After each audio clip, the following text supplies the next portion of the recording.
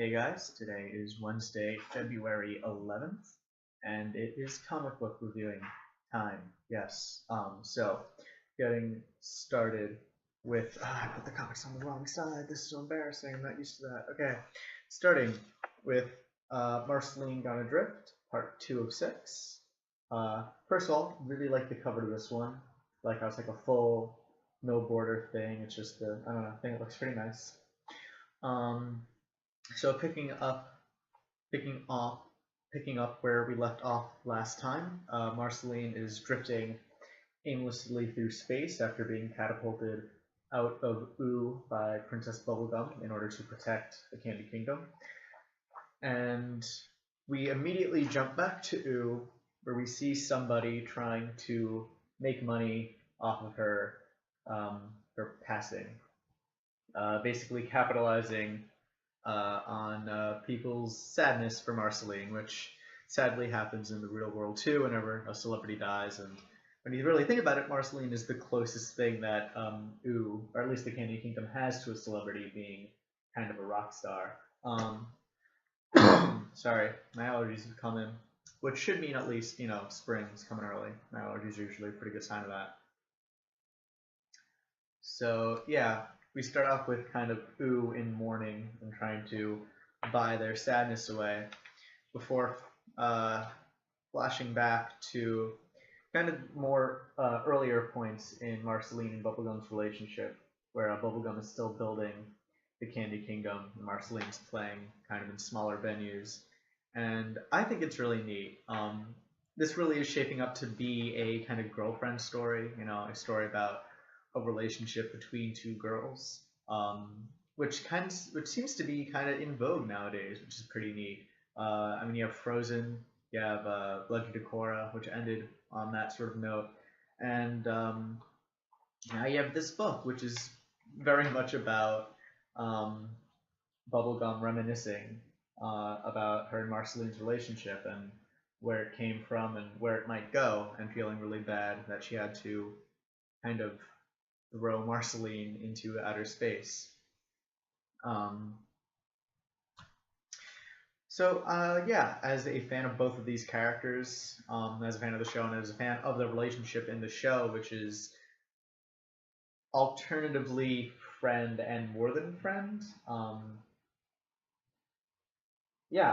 liking where this is going. It's hard to tell. I don't think this book is very shippy so far. I mean, you have the characters kind of blushing every time they see each other, but it's still relatively kind of toned down. It's not like this. It's not as overt as like Korra and Asami, for example. It could just be that like Bubblegum looks up to Marceline, that sort of kind of admiration sort of dealio, and vice versa. So yeah, I'm really liking this book. Really like how they're building out the relationships between the characters, and I can't wait to see more. Moving on to Captain Marvel, issue 12, beginning of a new arc, and it is an arc that sets us basically with Captain Marvel back on her ship, and she's completely alone on her ship. Tick and her cat / Flurkin have been kidnapped by space pirates, and now Carol is trying to get them back. And also the ship is in heavy disrepair because it was raided by pirates while she was away.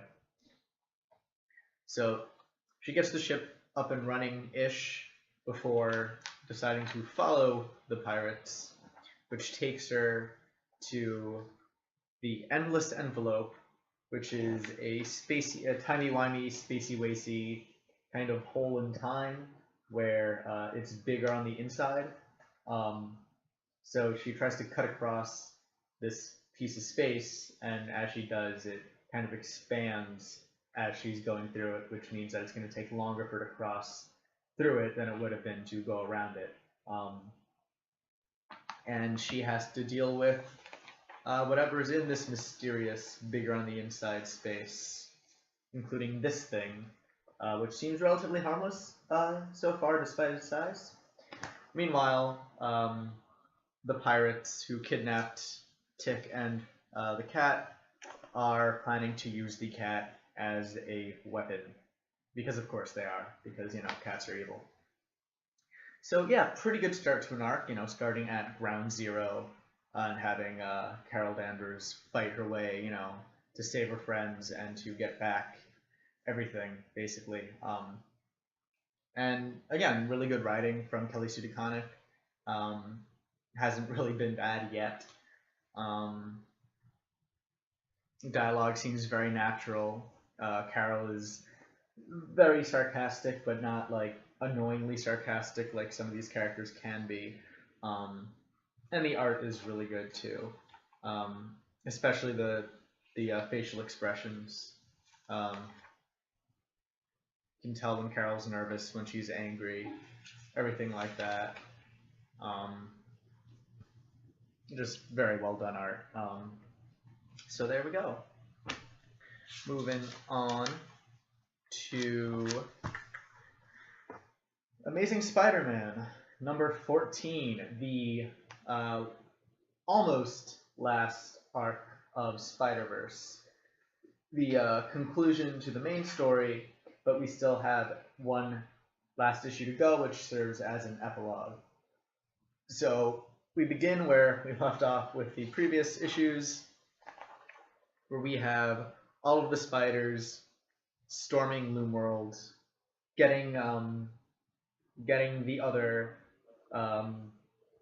Silk and baby Peter, the baby Parker, Benji Parker, back from the from the Inheritors. So storming the castle, basically, last fight, and it's a pretty fun fight. We open with the Spider-Gwen and Spider-Woman, who are already on Loomworld, and we have this really great character development moment where Peter finally gets that this Gwen is not the Gwen that he knew, that this Gwen can take care of herself, and lets her do that, lets her kick ass, which is like really good character development as he's been dealing with this Gwen surviving, not wanting her to die, basically through this entire arc. And we see that he finally trusts her to take care of herself. And through this book, we have all of the different teams of Spider-Man jumping in to help, including one really great panel where we see the return of Leopardon, the giant Spider-Man mech, which I was looking forward to. I thought his first appearance was kind of anticlimactic, so I'm glad that he is back now. And yeah, it's just a really good fight scene overall. You have the team of Spider-Man constantly getting bigger and bigger as the story goes on. It gets, down to the wire, or the thread, maybe, the spider thread, it's a pun, before the Spider-Men eventually claim victory over the Inheritors. And it's just a really kind of satisfying conclusion to the story, even though there is still one kind of big question gone unanswered. So yeah, lots of fan service moments, just a good fight scene. By fan service, I mean not like nudity, like just like, oh my gosh, that's so cool, that sort of fan service moment. And yeah, pretty much just one big question left to answer. And then we get a whole bunch of new Spider books. We get the Spider-Gwen book, we have new Silk book coming up, so pretty cool stuff. Can't wait to read the epilogue and hopefully get that one last niggling issue answered. Next up, we have Conan and Red Sonja, number 2. And this story seems to be taking kind of an interesting direction in that it seems to be kind of an anthology. So instead of picking up exactly where the last issue left off, this is picking up the next time that Sonja and Conan meet each other, which is apparently they're pirates, and we begin this story with a pirate battle, which is pretty neat. It seems to be kind of repeating the first issue, where we start with Conan and Sonja fighting each other, although in this one they don't know that they're fighting each other, even though they're both on panel here. And you think, oh, they see each other.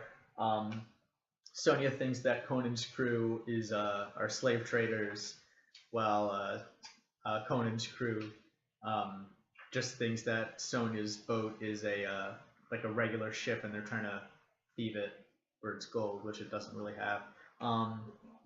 Before they discover that they have a common enemy, and they team up to fight. They team up for a wizard fight against this guy who has control of the Red Root, and that seems to be kind of the overall structure of this. Is you have Conan and Sonja fight for a little bit before realizing, oh my gosh, we're friends. Then they team up and they decide to fight the big evil guy who happens to be this wizard who's controlling the Red Root. And I think it is formulaic, but I think it's a formula that works. Because every time you do it, you get to see the characters, fight a little, which is always fun. Especially in this issue, you have this like all-out pirate brawl. Just all these characters fighting each other, each of them one-upping themselves constantly, and then working really well together. Everybody playing to each other's strengths. So really, really cool things, I think. Really, really enjoying this. One problem I really do have with this book is the cover. I mean, it looks nice. I just think that Sonja looks really confused for no reason at all. Yeah, she just looks... And it's not even like the iron bikini. It's just her face. She's like, what? What's happening? I don't know. And it doesn't really seem good. Other than that, yeah, really enjoyed it. Really enjoyed the initial pirate battle. Enjoy seeing all these characters interacting with each other and playing off each other. And I like seeing them team up to take down wizardy folk. In this one, they do it using a bluff, which is kind of neat, because the wizard's like, you can't kill me with iron or steel because I'm a wizard. And they're like, okay, we'll trick you and kill you anyway, which pretty neat stuff, I think. I'd pick it up because it's pretty good. Pick up the first issue, too, if you haven't already. Continuing with the Gail Simone stuff, the next book up for review is Secret Six, Issue 2, which I liked a little bit less overall. I think this is better than the first issue. It has a better overall structure, I feel, and we seem to get like a lot of forward momentum, but I still want to see the team fleshed out a bit more overall, and I'll get into more of that as we continue. We start out with a flashback where we have Catman being kidnapped and thrown into prison for something that he's done. We're not quite sure what, but he's thrown into prison for a whole year and being kept in solitary. And then we see Blake in the current time with PTSD because he's being trapped in a small space again, even though he's not alone. It's a very similar experience as we find out through this book. He's consistently having flashbacks to his time in this prison. Before, in this book, they eventually do escape their prison, and I don't want to spoil how too much. But aside from these flashbacks to Blake's time in prison, which are very interesting, again, we don't know why he's being punished, but we can see the results of the punishment. We also have him interacting with the rest of the team in present time. And I think these are the book's best moments, where you have Blake talking to the new ventriloquist, and even Strix has some pretty good lines despite not talking. Really getting a feel for, again, all of these characters as individuals, but more importantly, how all these characters bounce off each other and will work in the future as a team. This book also sees them actually work together as a team for the first time, uniting their abilities to finally escape this trap that they've been in for the past 2 issues. And it is a very rewarding sort of thing, seeing them all come together and use their powers and learn what each of them, what each other can do, and how to use that to work together. And then it ends with a big sort of boastful moment saying that we're united, we don't know why you want us together, but we're together now, and stop us before we stop you. which is like a pretty cool badass pose to do at the end of a second issue. Um, so yeah, it's still a bit rocky for me. It's not exactly, I guess, what I was expecting for the first arc of a teen book, but that doesn't necessarily mean it's bad. It's hard to tell if this is an end of a short arc because again, we have no idea who put them in the box or why they put them in the box or what the secret that they're looking for is. But at the same time, they have escaped, they have united, and they are off to bigger and better things now, hopefully. So um, if you're not sold on this, maybe wait until the next issue, because I don't think this is going to sell you if you weren't sold on the first. Moving on to Future's End, number 41. Continuing where we left off with Brainiac attacking the city and Superman coming to help before he is repelled by the web covering Manhattan. So kind of a womp womp moment there for Superman.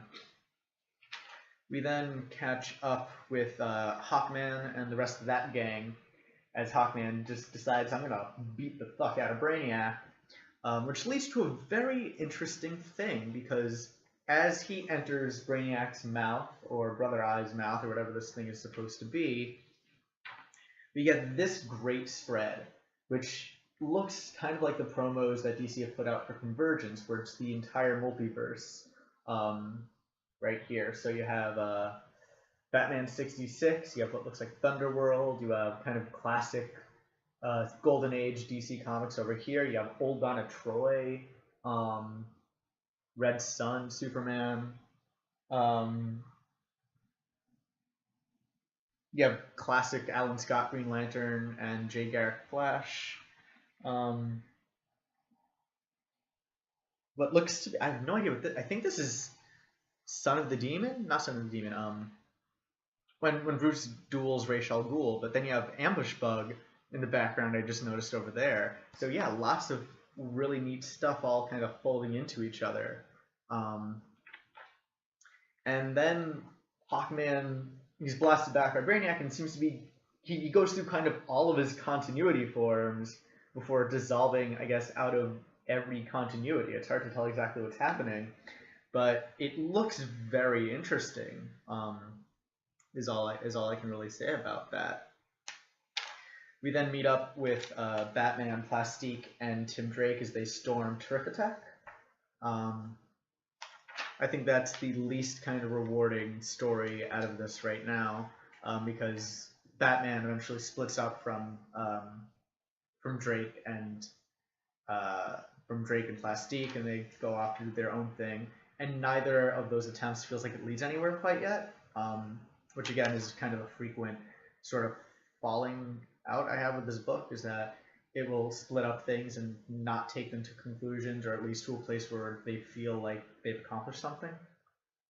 Then we have the Justice League beaming down back to Earth in order to deal with Brainiac, where at the very end of the book we have Superman come back after being knocked out in the first couple pages. And that is where the book ends. And I actually want to show off the kind of ending page for once, because very, very interesting, considering the panel where we see the entire multiverse, is you have Bruce Wayne, the Bat coming into his window, Bruce Wayne's origin, you have the Justice Society, what's this over here? What looks like the classic Teen Titans over here, and she looks familiar, but I have no idea. Is this she has like the Teen Titans stuff, but I don't know if it's the same. Anywho, looks like Future's End is getting very, very interesting. And the last book to talk about this week is Batman Eternal.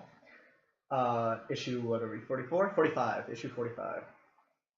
And starting off with where we left off last issue, with Batman being attacked by ghosty ghosts, and of course, whenever Batman is attacked by ghosts, it's the ghost of his parents.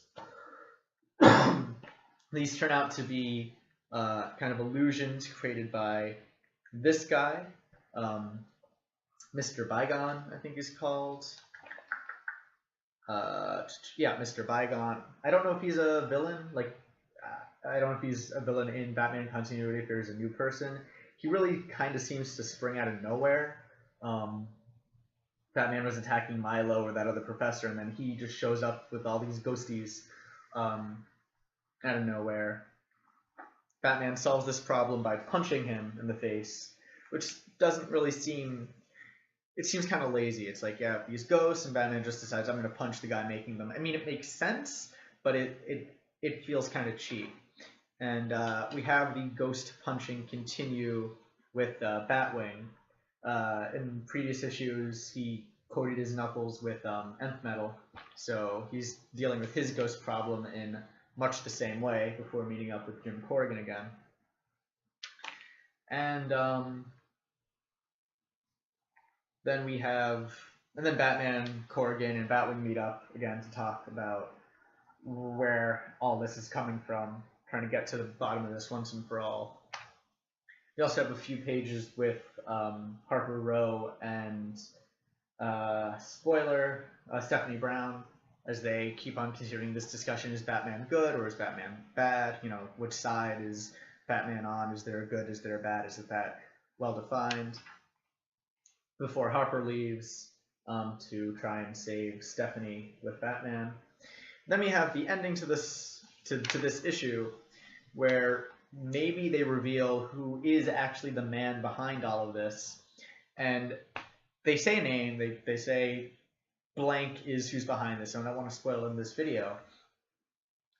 And again, like in the beginning of this book, it's a solution that makes a lot of sense, but at the same time feels very anticlimactic. It's the sort of character who, yes, is capable of doing all of this, but is also the sort of character that you'd guess is behind all of this from the very beginning, considering the scale of what's happening. And the way that they were setting up the story would be someone kind of smaller, you know, that you wouldn't expect. Like, again, I can't fault the story for making sense, because that'd be silly.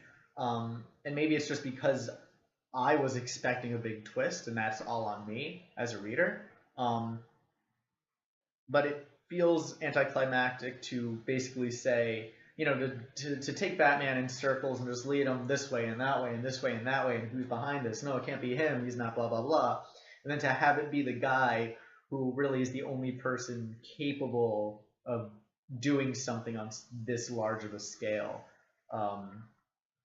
You know, it's like if I could have guessed within the second issue of Batman Eternal, why did it take the world's greatest detective 45 issues to finally realize, oh, there's only one person capable of doing all this? You know, it feels weird is all. And that's the last book I have for this week. I did pick up one more book. I picked up Satellite Sam issue 11, but I'm still not done with the second volume of Satellite Sam yet, so I'll read that, read issue 11, and probably review 12 in one of these videos.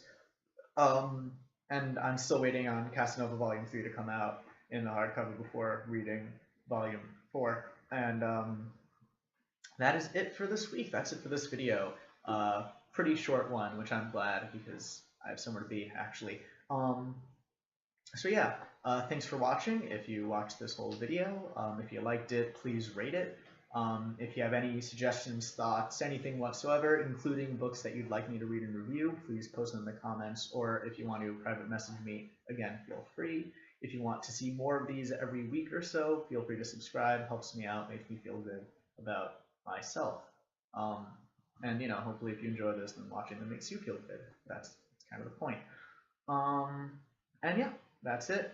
So thanks for watching, and see you next week.